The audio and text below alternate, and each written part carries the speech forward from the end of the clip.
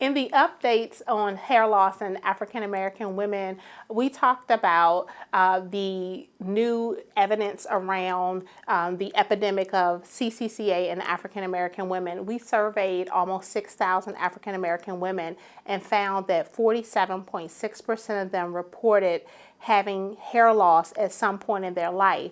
And what was surprising to us is that 80% of them stated that they had never seen a doctor to address this issue. So this represents a huge unmet need for us dermatologists.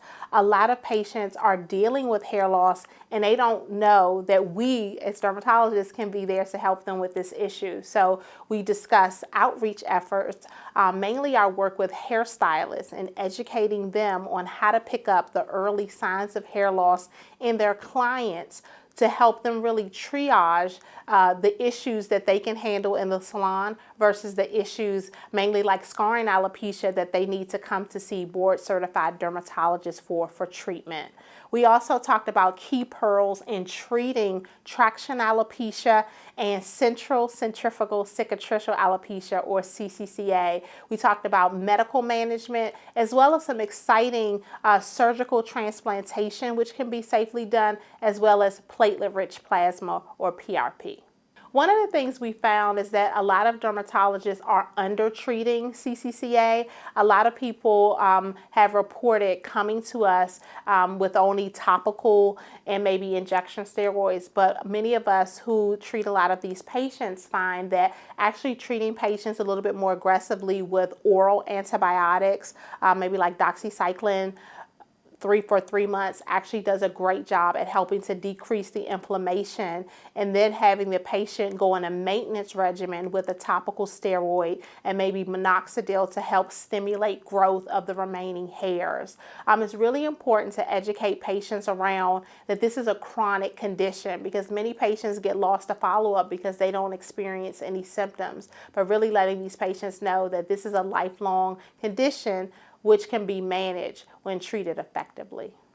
In the CCCA talk, from fashion to family history, we talked about many updates which have come out recently regarding new information around the genetic basis of this condition. Traditionally, we thought that CCCA was primarily brought on by the patient's hair care practices.